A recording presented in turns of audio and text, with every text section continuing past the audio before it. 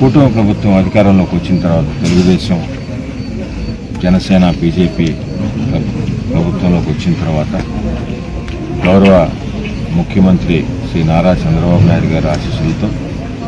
Deputy CM Pawan Kalyan గారు, యువనేత నారా లోకేష్ గారు, అదేవిధంగా గౌరవ ప్రధానమంత్రి నరేంద్ర మోడీ గారి ఆశీస్సులతో జరుగుతున్న ఈ ప్రభుత్వంలో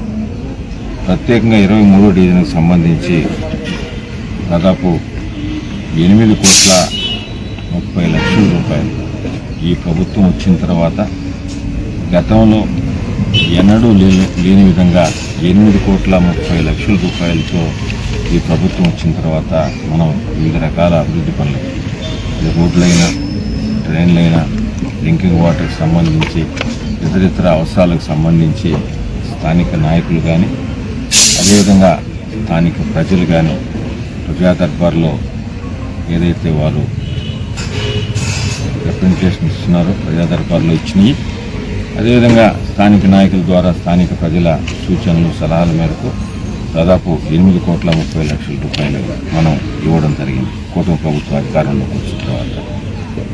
5,50,00,000 రూపాయల పనులు పూర్తి చేశాం. దాదాపు 2,80,00,000 రూపాయల పనులు వివిధ దశల్లో ఉన్నాయి. అవి కూడా అతి త్వరలో పూర్తి చేస్తాం. చాలా పెద్ద డివిజను, ఇంకా కూడా చేయాల్సినవి ఉన్నాయి. అవి కూడా రాబో రోజుల్లో గౌరవ ముఖ్యమంత్రి నారా చంద్రబాబు నాయుడు గారి ఆశీస్సులతో స్థానిక శాసనసభ్యులు సేరెడ్డి గారు రాబో రోజుల్లో కూడా ఎక్కడ ఏమున్నాయో ప్రజలు మరియు స్థానిక నాయకుల సూచన సలహాల మేరకు అన్ని అభివృద్ధి పనులు కూడా జరుగుతాయని మీ ద్వారా ప్రజలకు తెలియజేస్తూ, ఇంకేదన్నా ఉన్నా కూడా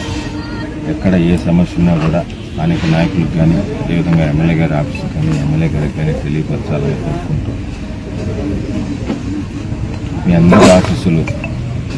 ఇంత మంచి ప్రభుత్వం, ఈ కూటమి ప్రభుత్వంలో సంక్షేమ పథకాలు ఏదైతే మాటిచ్చారో సంక్షేమ పథకాలు, అదేవిధంగా అభివృద్ధి పనులు జరుగుతున్న తరుణంలో మీ అందరి ఆశీస్సులు గౌరవ ముఖ్యమంత్రి నారా చంద్రబాబు నాయుడు గారికి, స్థానిక శాసనసభ్యులు సేరెడ్డి గారికి ఉండాలని మనస్ఫూర్తిగా